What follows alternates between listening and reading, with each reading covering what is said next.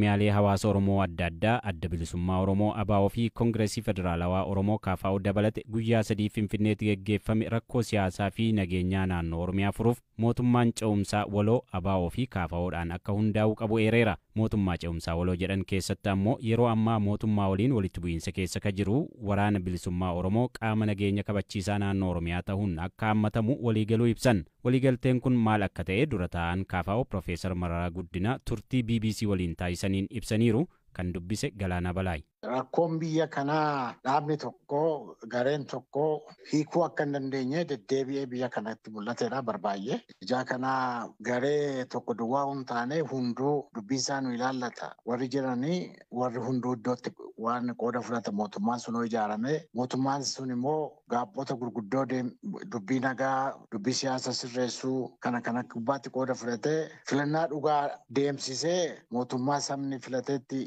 ceesise malee akka amma jiru kanatti rakkoo qabaadha. Amma mootummaa waloon ijaarametti gareen tokko jaarmiyaa biyya kana hunda to'atee filannaan dhufuus rakkisaadha. Nagaanis dhufuu didee rakkisaadha. Sirna dimookiraasii jennus dhufuu didee hunda kanatti wal qabatee dide. Isa kophaa rakkoo biyya kanaa hiikna jedhan haadhiisanii wal mari'annee biyya kanaa waan sirraa wajjin sirreessinee filannaa dhugaanaan immoo sabni bakka bu'aa kooti jedhee sabni biyya kanaa filatu sabni Oromoo filatu gara sanatti biyya kana geggeessuun nurra jira. Isa jedhu isaanis qooda fudhatu warri bosona jirus qooda fudhatu hunda keenya qoodatti fudhataa jechuu kooti. Gama kaaniin walga'iin keessan ammaa eegaluu duras erga gaggeeffamee boodas yaadni mootummaan harka keessaa qabaa jedhu dhaga'amaa jira. Mariidhuma keessan kana keessaa dhuguma mootummaan adeemsa keessan kana duuba jira? Mootummaan adeemsa keenya beekuutu irra jira.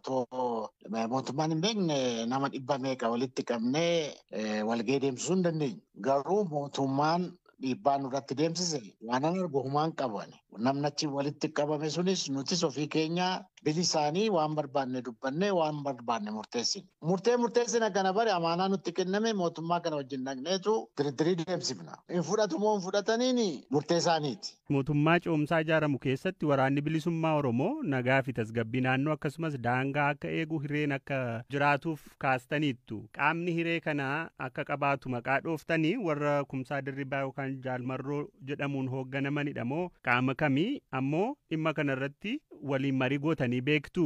Marii gooneen beeknu nuti akka keenyaatti garee abaluuti. Garee abaluutu isa jiru sana keessa seenuun barbaachisaa miti. Garuu oolaan akka oolaatti saba Oromootiif manaa bahee qaama kana alatti dhiifnee nagaa fi nasee dhungamu. Warri bosona jiranii akka qoodatti fudhatan. Waloo jechuun hunda keenya hammata jechuudha. Warra qabsoo kana keessatti qooda fudhachaa ture mootummaa. Warra akka keenyaas hammachuutu irra jira jenna. Inni bosonaas inni galma Minilik jirus inni akka keenya magaalota chocho'us keessatti qooda qabaachuutu irra jira jenna. Maaliifin kaasee yaada ibsa bahe keessatti wanta eerame irratti hundaa'uudhaan gama waraana bilisummaa Oromootiin yaadni tokko dhaga'amaa jira akka waan akkasiin mootummaa wajjiniin dubbiitti galtanii jirtanitti fudhatamee dhimma kana keessa hin mariisifamne qooda keessaa fudhachuuf hin jirru waan jedhu yaadni gamaa gamanaa dhaga'amaa jiraafanis hin gaafadhe.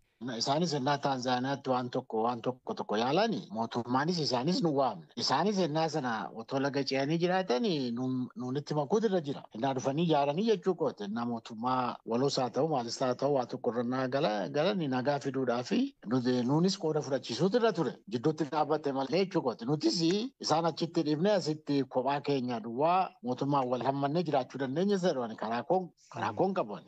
Nagaa fiduu jechuun isaanis lolaa dhaaban jechuudha. Marii keessaa galanii diriirii keessaa galanii gara fuulduraatti immoo mootummaa waloo Oromoo uumamu keessatti nagaa eegduu daangaa eegduu akka ta'an innaa jennu isaaniifis qooda kaa'aa jirraa jechuudha. Hunduu qooda nuu maluu fudhachuun nurra jira. Baay'ee ulfaadhaa.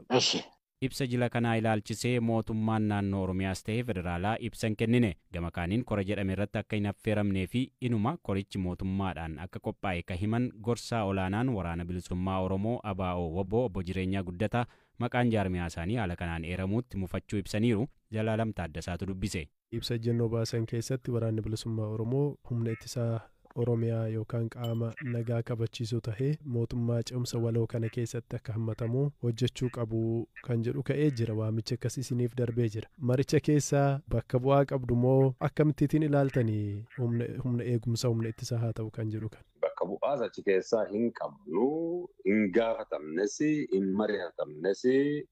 Waraana bilisummaa Oromoo qaama mootummaa ce'umsaa kanaa haa ta'u gaafa jedhame waraana bilisummaa Oromoo nutuu hoogganaa jira, nutuu gaggeessaa jira.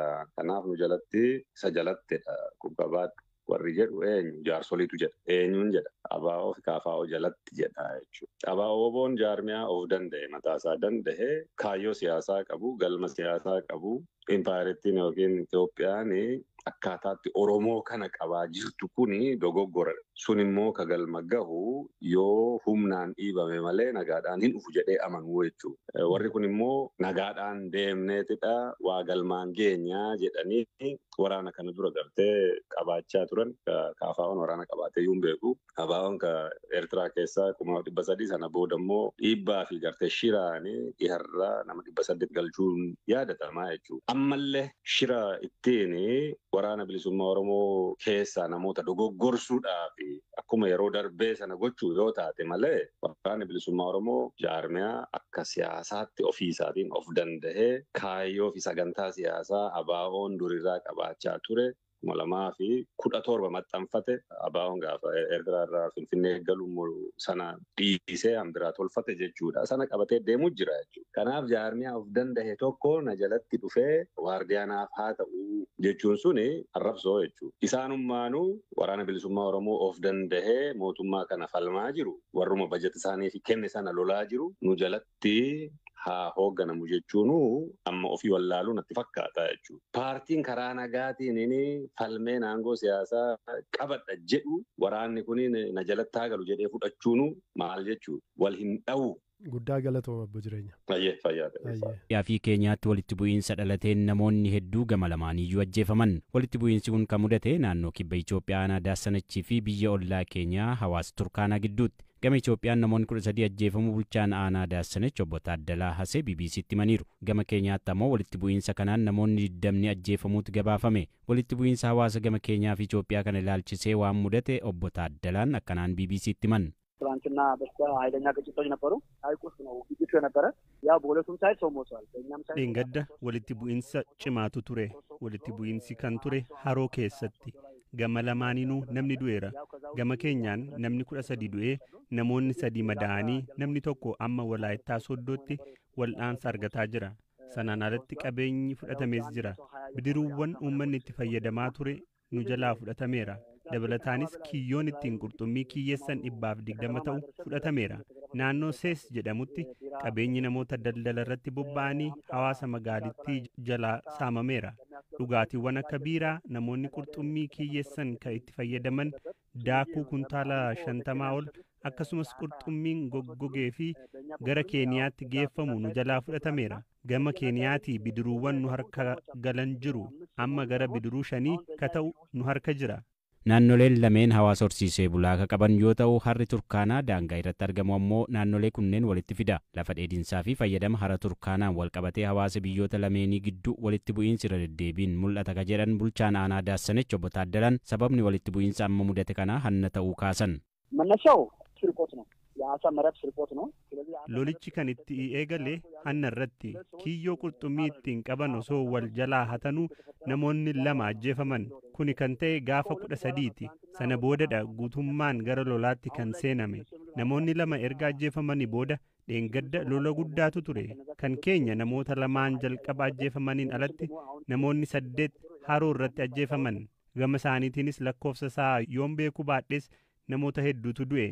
Torbee tokko dura naannichatti walitti bu'iinsi uumamee akka ture ka himan bulchaan aanichaa dhimmicha furuuf aangawoota Keenyaa naannichaa waliin mari'atanii akka ture himan. Ta'us taateewwan guyyoota itti aananitti hawaasa gama lamaanii gidduutti walitti bu'iinsi deebi'ee dhalachuun lubbuu namootaa akka gaaga'ee fi namoonni 10,000 ta'an gama Itoophiyaatii qe'ee isaanii irraa buqqa'uu himan.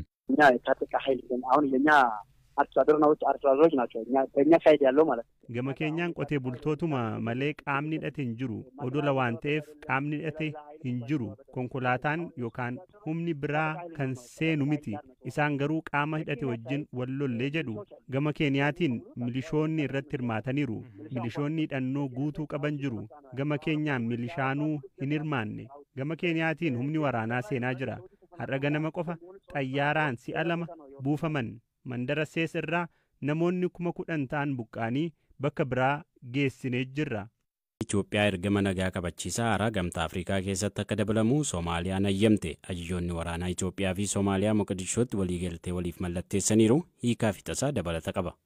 Ajajaan waraana Itoophiyaa Fiild Maarshaal Biraanuu Juulaa fi ajajaan waraana Soomaaliyaa Meejar Jeneraal Odaawaa Yuusuf Raagee waraanni Itoophiyaa ergama haaraa gamtaa Afrikaa keessatti akka qooda fudhatu waliigaluun ibsame.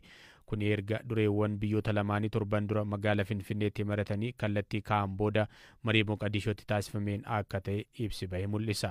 Xumura torban darbee Fiild Maarshaal Biraanuu Juulaa gara Moqdishoo yeroo imalan hoogganaan tikaa Itoophiyaa Ambaasaadar Reedwaan Huseenii fi aangawoonni kaan waliin turan. Waliigalteen kun hariiroon Itoophiyaa fi Soomaaliyaa waggaa tokkoof erga muddama jabaa seenee waliigaltee raawwatan booda haala gaariirra akka jiru agarsiistu ta'a jedhameera. Ajajoonni waraana Itoophiyaa fi Soomaaliyaa haala nageenya Soomaaliyaa fi naannichaa irratti mari'achuu isaanis ibsi bahe kun ni mul'isa.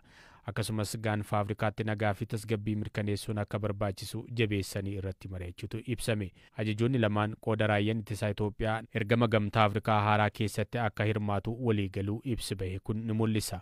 Biyyoonni lamaan jaarsummaa Turkiitiin erga nagaa buusanii booda jilli ministeera ittisaa Injiinar Aayishaa Mahammadiin durfamu Moqdishoo daawwatee ture.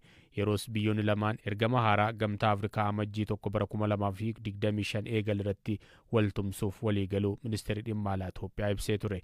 Sana booda jilli Soomaaliyaa Itoophiyaa daawwachuun ala waamicha muummee ministeeraa Abiy Ahmediin pirezidaantiin Soomaaliyaa Hassan Sheekh Mohammad Finfinneetti imalanii mari'ataniiru. Dabalataanis yeroo yaa'ee gamtaa Afrikaa mari'achuu isaaniitu gabaafame. Akkasumas humna Itoophiyaa waliigalteen gamtaa Afrikaan ala Soomaaliyaa jiru ajajoonni lamaan akkaataa loltuun biyya tokko biyya biraa dhaqee tajaajilu irratti waliigaluun isaanii ibsameera.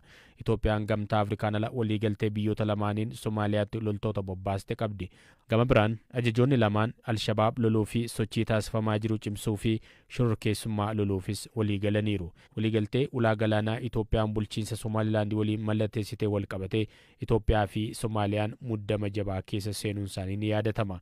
Ergasii booda jaarsummaa Turkiitiin Itoophiyaa fi Soomaaliyaan nagaa buusuun waliigaltee waliif mallatteessan. Qabxileetti waliigalan keessaa tokko Itoophiyaan birmadummaa Soomaaliyaa akka kabajju ibsa. Soomaaliyaanis oolmaa waraana Itoophiyaaf gatii kennuuf waliigalte.